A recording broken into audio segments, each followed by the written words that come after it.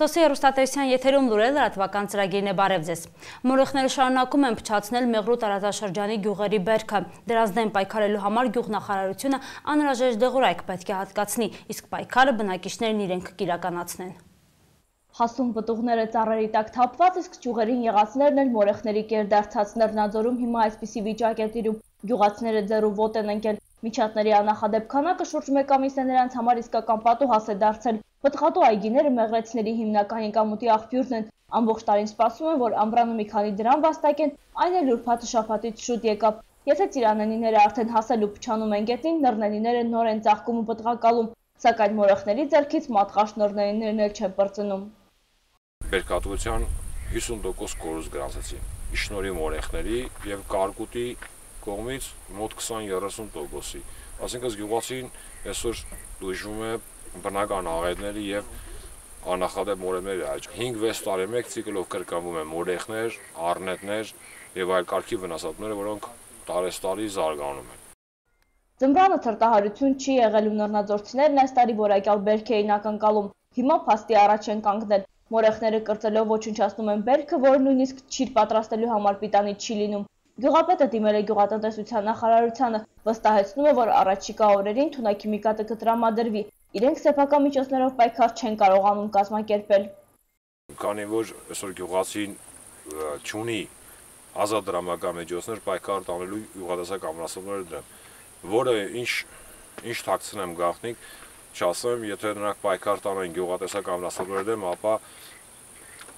150-ից 200% գյուղատնտեսական պտուղ բանջարեղենի աճ կգրանցվի։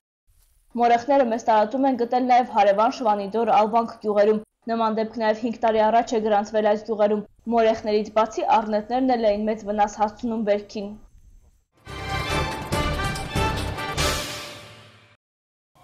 Երեկ Կապանի արվեստի պետական քոլեջի դահլիճում երաժշտական ճամփորդություն էր կազմակերպվել։ Կապանցի երաժշտասերներին յուրահատուկ համերգային ծրագրով հյուր էր եկել Արամ Խաչատրյանի անվան դաշնամուրային տրիոն։ Երաժշտական ճամփորդություն։ Այսպիսի անվանում ուներ երեկվա միջոցառումը, որ Կապանցի հանդիսատեսին է ներկայացել Արամ Խաչատրյանի անվան դաշնամուրային տրիոյի անդամները։ Ինչպես նշեց ջութակահար Կարեն Շահկազյանը, այսպիսի ծրագրով մեր տարածաշրջանում առաջին անգամ են հանդես գալիս։ Թեև միջոցառման մասնակիցներն ու հանդիսատես ֆիզիկապես Կապանի արվեստի պետական քոլեջի դահլիճում էին, սակայն ճամփորդությունն իսկապես տեղի ունեցավ։ Ամեն կոմպոզիտորի ստեղծագործության ընթացքում գործիքների ելևէջները կապանցի երաժշտասերներին ուղղորդում էին տվյալ կոմպոզիտորի հայրենիք, էկրանին ցուցադրվող տեսաշարի օգնությամբ։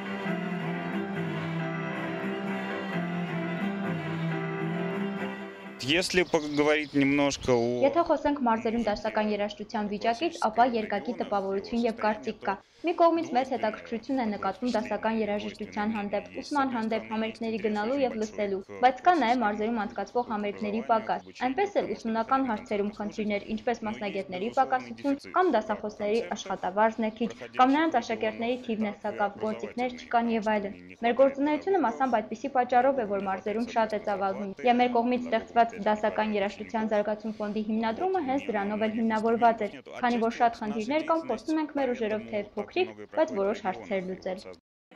Արամ Խաչատրյանի տուն-թանգարանի տնօրեն, կոնսերվատորիայի պրոֆեսոր եւ դաշնակահարուհի Արմինե Գրիգորյանի կարծիքով մարզերի հանդիսատեսները հաճույքով են ընդունում նման միջոցառումները եւ որակյալ համերգների կարիք ունեն։ Այն, որ բնակչության մի ստվար հատվածը ցածրաշաշակ երաժշտությամբ է հրապուրված, թեւատափ չի անում, նշեց դաշնակահարուհին։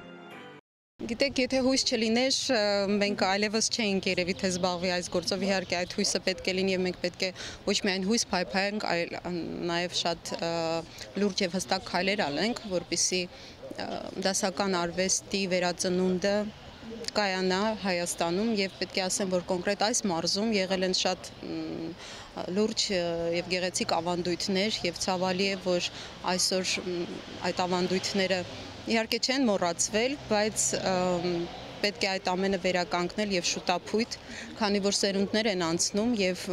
որքան ավելի երկար է այդ ընթացքը, ավելի դժվար կլինի այդ վերականգնումը։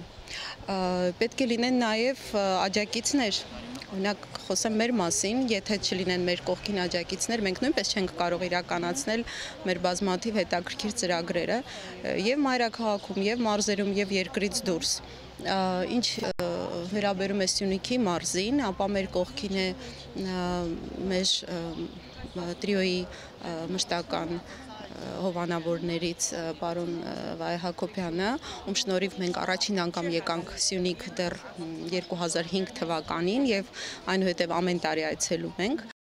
Համերգի ողջ ընթացքում հանդիսատեսը կարծես շունչը պահած հետևում էր ճամփորդող երաժշտանավի ընթացքին։ Հնչեցին Շոպենի, Շուբերտի, Բախի, այլ կոմպոզիտորների եւ իհարկե Արամ Խաչատրյանի ստեղծագործությունները։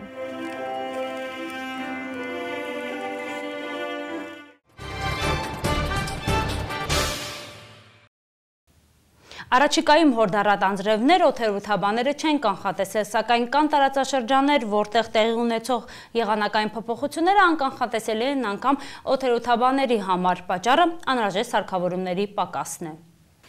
Առաջիկա օրերին սպասվում են առանց տեղումների եղանակ, այսպես են կանխատեսել հիդրոմեծառայության աշխատակիցները։ Միայն ամսի 17-ին հնարավոր է տեղ-տեղ դիտվեն թույլ անձրևներ։ Պարզվում է քամիները, կարկուտն ու հորդառատ անձրևները մնացել են անցյալում։ Չնայած Սյունիք գյուղում տեղադրված մարզային հիդրոմեծառայությունը չի կանխատեսում մյուս ծովի մակարդակից առավել բարձր վայրերում գտնվող տարածաշրջանների եղանակային պայմանները։ Օրինակ, օրեր առաջ հիդրոմեծառայության աշխատակիցները կանգնեցին նման խնդրի առջև։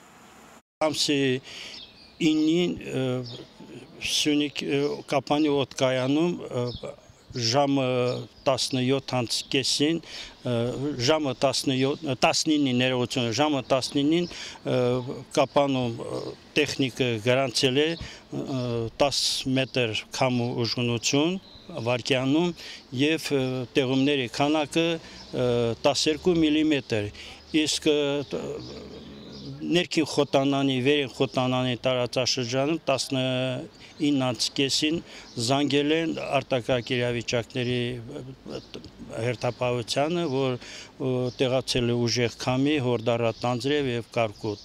Մարզային հիդրոմեծառայությունը գտնվում է ծովի մակարդակից 706 մետր բարձրության վրա։ Ըստ Ժորա Գևորգյանի անհնարին է առավել բարձր տարածաշրջանների եղանակը կանխատեսել, տեխնիկապես աղքատ պայմանները թույլ չեն տալիս։ Եթե ունենայինք մենք դիտապոստեր, պոստերը արդեն մեզ կնդարաժային կոգնեին, ուղղություն կտային, որ այո, իրոք վերին խոտանանում, եթե չգիտեմ դուք կհիշեք թե չէ, բայց տարեց մարդիկ հնարավոր է, որ հիշեն, նախկինում ունեցել են սովետների ժամանակաշրջանում ունեցել են բաներ, պոստեր, որոնք աշխատել են կարճ ծրագրով եւ բավականին օգնել են օդերութաբանական աշխատանքներին։ Այս օրերի տապը Ժորա Գևորգյանը խոնավության հետ է կապում, շոկ ամառ դեռ չի կարելի անվանել, մյուս ամիսներին էլ եղանակը զգալի չի տարբերվի։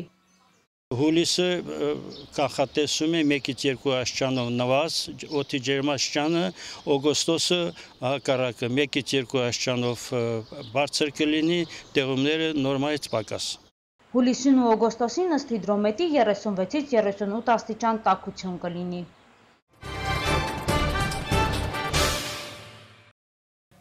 Իսպանիայի վարչապետը պաշտպանում է բանկերին օգնություն ցուցաբերելու ծրագիրը, իսկ Իտալիայի վարչապետը հանգիստ է իր երկրի համար։ Լեհ եւ ռուս երկրպագուների ծեծկրտուկի արդյունքում առնվազն 10 մարդ ուժել է, ավելի քան 100-ը ձերբակալվել։ Թողարկումը շարունակում ենք միջազգային լուրերով։ Վարչապետ Մարիան Ռախոյը ելույթ ունենալով երկրի խորհրդարանում կրկին կանգ է առել Իսպանիայի առջև ծառացած ամենասուր խնդրի վրա, խոսքը իսպանական բանկերի ապակապիտալացման մասին է։ Եվրամիության ֆինանսական օգնությունը պետք է կազմի մինչև 100 միլիարդ եվրո։ Ծրագրի մանրամասները եւ պայմանները առայժմ հստակ չեն, Ռախոյը պաշտպանել է ծրագիրը։ Դա լուրջ ծրագիր է, դա վարկ է բանկերին եւ բանկերը պետք է վերադարձնեն այն։ Մենք պետք է շնորհակալություն հայտնենք եվրոպացի գործընկերներին, որոնք որոշել են մեզ օգնել։ Համաշխարհային ֆոնդային շուկաներում իրավիճակը առայժմ մնում է խիստ անորոշ եւ ամենայն բացասականը գալիս է եվրոյի գոտուց։ Կարող է արդյոք Իտալիան դառնալ եվրոյի գոտու հաջորդ երկիրը, որը օգնություն կխնդրի։ Վարչապետ Մարիո Մոնտին հայտարարել է, որ այս դժվարին պահին հանգիստ է Իտալիայի համար։ Նա հանդես է եկել խորհրդարանի падգամավորների առջև եւ ընդգծել, որ բանկերի դրությունը բավականաչափ կայուն է, իսկ Իտալիայի պետական պարտքն ու գործազրկության մակարդակը ավելի ցածր են, քան այլ եվրոպական երկրներում։ Առնվազն 10 մարդ է տուժել Վարշավայում ֆուտբոլի Եվրոպայի առաջնության Լեհաստան-Ռուսաստան հանդիպումից հետո։ 130 երկրպագուներ ձերբակալվել են։ Լեհ եւ ռուս ֆուտբոլիստների հանդիպումը ավարտվել է ոչ ոքի։ Ոստիկանությունը արել է ամենայն հնարավորը, որ կանխի մարզադաշտից դուրս եկող երկրպագուների բախումը, բայց արդեն մինչև հանդիպումը տեղի ունեցած ծեծկռտուքից տաքացած երկրպագուները լի էին հարաբերություններ պարզելը շարունակելու վճռականությամբ։ Ամեն ինչ սկսվեց նրանից, որ երեքշաբթի ցերեկը հազարավոր ռուսաստանցի երկրպագուներ ցանկություն ունեին նշելու Ռուսաստանի օրը, իրենց երկրի ազգային տոնը։ Նրանք լեհական իշխանություններից ստացան Վարշավայում տոնական երթ անցկացնելու թույլտվություն։ Ընդդիմադիր կուսակցությունները անմիջապես այդ միջոցառումը անվանել են սադրանք եւ կրքերը բորբոքվել են։ Մոտ 6000 ոստիկաններ պատ են կազմել ռուս եւ լեհ երկրպագուների միջև, բայց երբ երթն անցնում էր կամուրջներից մեկով, լեհերին հաջողվեց ճեղքել շղթան եւ սկսվեց ծեծկռտուքը։